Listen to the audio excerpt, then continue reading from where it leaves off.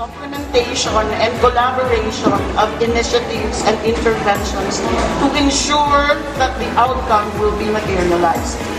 The multilateral system makes it easier for local governments in policy formulation and facilitates faster program implementation.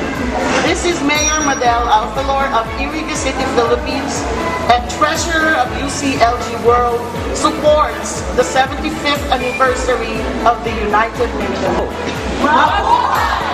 Iriga City joins in the celebration of the United Nations 75th anniversary. The future we want, the UN we need, the future of multilateral